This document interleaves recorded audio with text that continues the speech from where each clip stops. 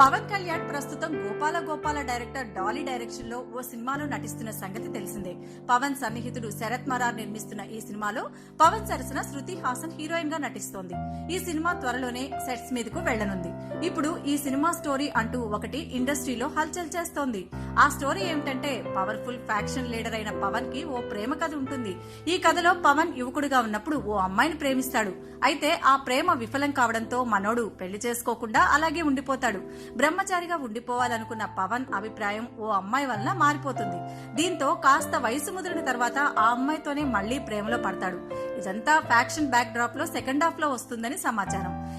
ఈ సందర్భంగా వచ్చే సన్నివేశాలు ప్రేక్షకులను కడుపుబ్బా నవ్విస్తాయి.